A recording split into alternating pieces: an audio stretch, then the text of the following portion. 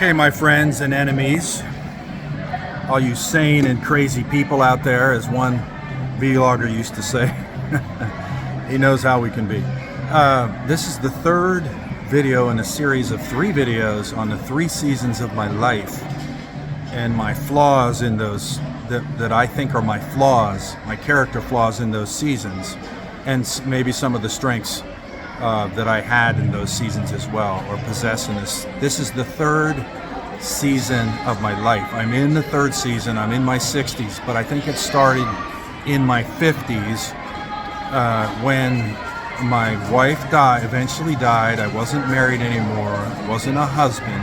My kids became all independent, super independent, hyper independent. Very hard to get time with them regular. So I was in a new season. Was in my 50s through my 60s at this point. So it's been years. But before I get into what I think my flaws are or were in this season that I'm in now, and maybe I won't be able to disclose all my flaws, but I'll say some of them that I'm very aware of that I think are worth mentioning at this time. But before I do that, I want to say in season 1 and 2, especially season 1, I forgot to mention that I think I had a good character trait that was I believed that we could win. So when I played sports, even if there was a lot of odds against us, I believed we could win. I don't think it was optimism. It was something in my heart that would not quit. I think it's a manly trait. Maybe it's a strength. So, for example, when I got out of we were very successful in my youth at baseball, lots of trophies and whatever. Not that that means anything. You know, you can't get into heaven being a good baseball player. That isn't what it takes. It takes something else. It takes character, personality. Just having a talent like baseball or pitcher or singing doesn't qualify anyone. Riches, height, beauty, it's not a requirement to get into heaven. So, if that's true, it must be character that matters, attitude, personality, that kind of thing. But I was in college, and it was my first year there, and I was on a little scholarship. Wasn't full scholarship. It would have been great if it had been a full scholarship. And I was a pitcher. There's a guy that saw me at a Mets tryout, and when I was 17, and he said, "Why don't you come play for us?" And I did. That's how I went to the college I went to. And the first year I was on, we had a fantastic season. The reason is we had variety in our lineup. We had several home run hitters. It was fantastic watching them swing. It was like if you saw Reggie Jackson swing, we had a white guy with a belly that could swing like Reggie Jackson, and he hit home runs. We had a black guy that could hit home runs. He's a left-hander. We had pitchers. We had like Kent Tekulve type pitchers that were short fire plugs, not tall and lanky like Kent Tekulve for the Pirates in the 80s or 60s or 70s or whatever it was. But we had such variety, and I was a fireballer. People couldn't hit me. We would win games by the 10-run rule, and they'd stop the game, and we'd win double headers. We won so much that we got an NCAA berth. They flew us around to play in the NCAA tournament, and we got to play some very tough teams. Even before that, the preseason, the coach knew we were good. He was also an umpire, not during the season, but in the off season.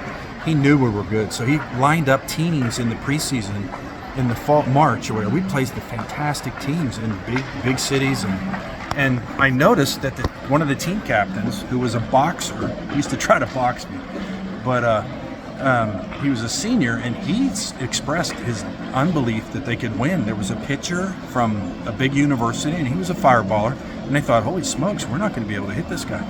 And I'm thinking, what's he talking about?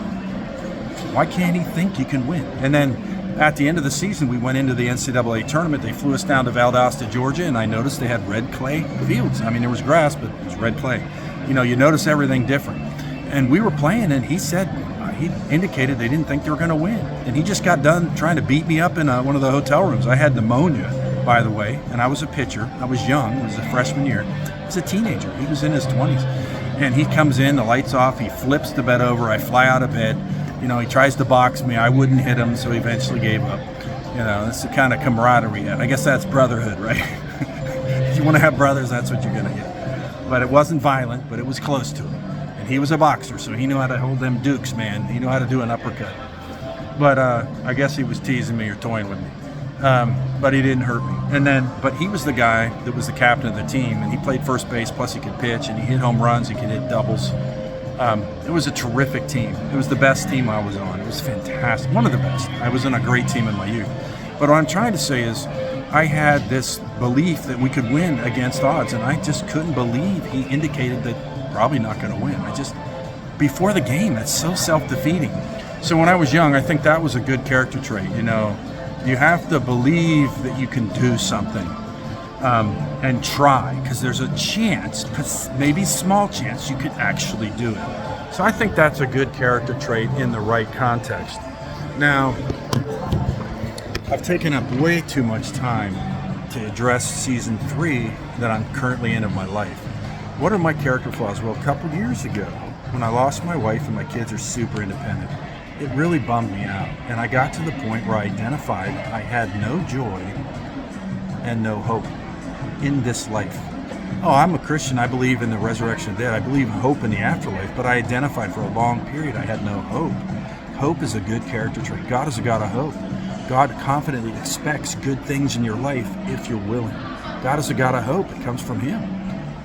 The scripture talks about that, may the God of hope do this for you. God is a God of hope. It's a good character trait. If you have no hope, it's like the baseball team. You're not going to win. There's no chance. There's no chance you can win. If you give your team that impression, you're a person that has a bad character trait. You have no hope. Sometimes you have to hope beyond hope.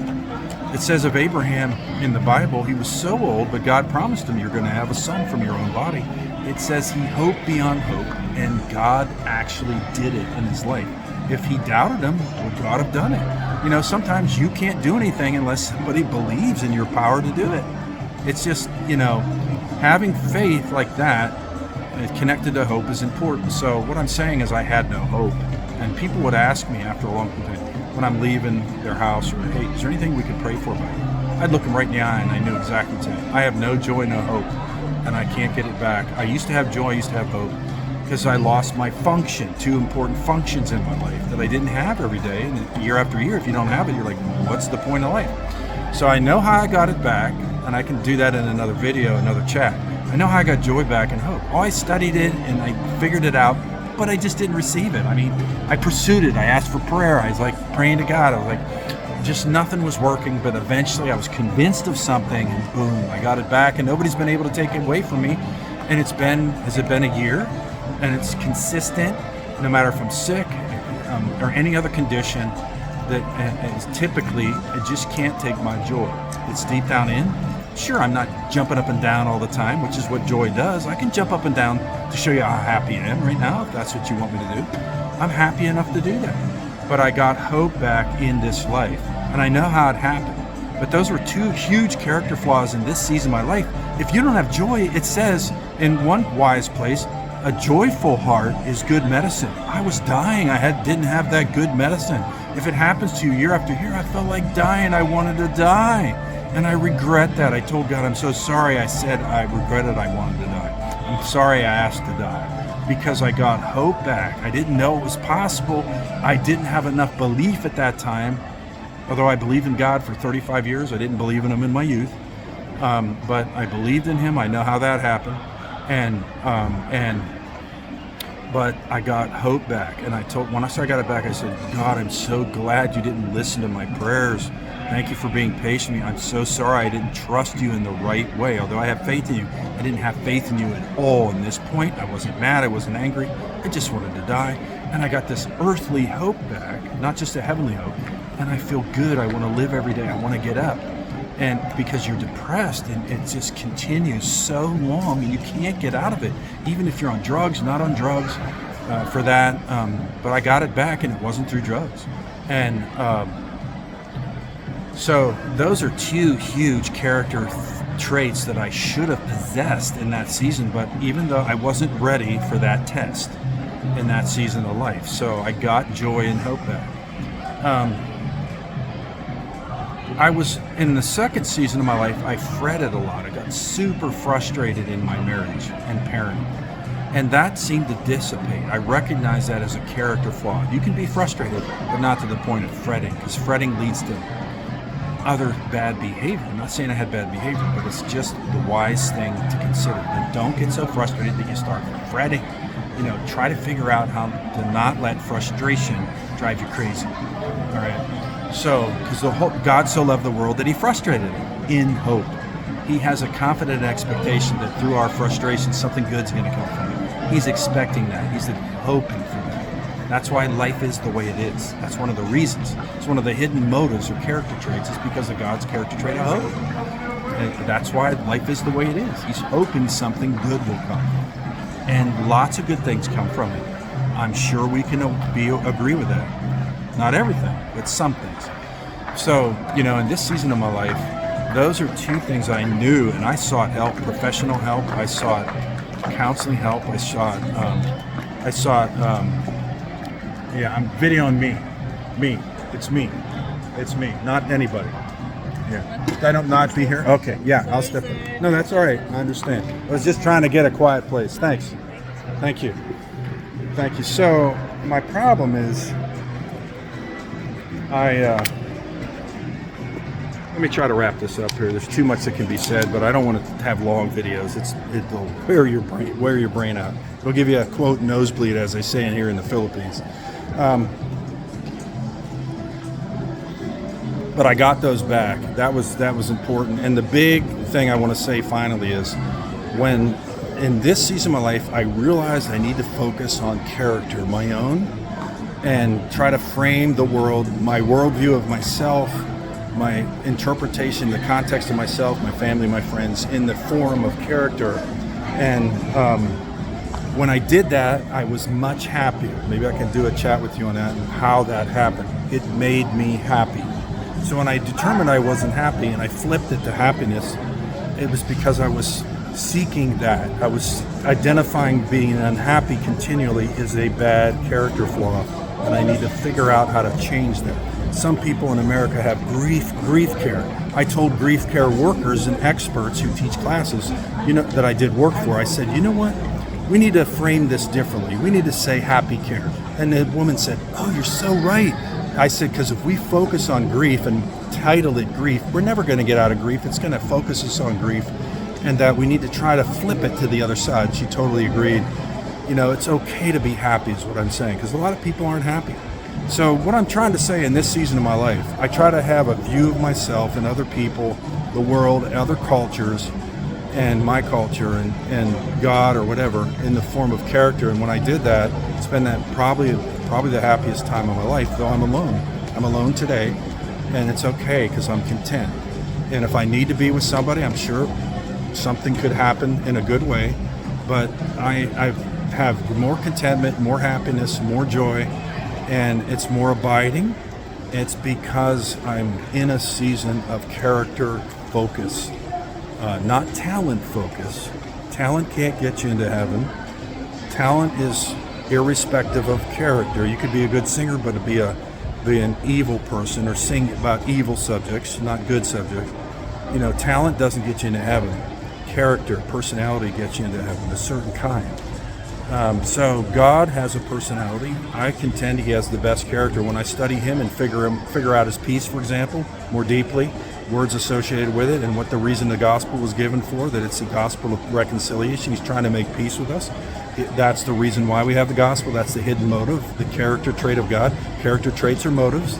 It's why we do things. It's why he does stuff. When I get into it, I find out, oh, he's a peaceful God. He's trying to make peace with me. I'm the offender. Okay, I can accept that. And then I follow his terms to get unity with him and harmony. And that's how we make peace with God. But what I'm trying to say is, when I focus on character as a worldview, it really, really has been an excellent season of my life. And this is what I want to do to the day I die. I don't see any other better thing to do. It helps me inside. I'm trying to make me a better person, not the world. If I'm a better person, it might help the world, it might not. If you're a good person, people can hate you. Why do you think they killed Jesus? He was good. They were jealous of him, so the bad character killed the good character. That's how it worked with God. How's it going to work with you?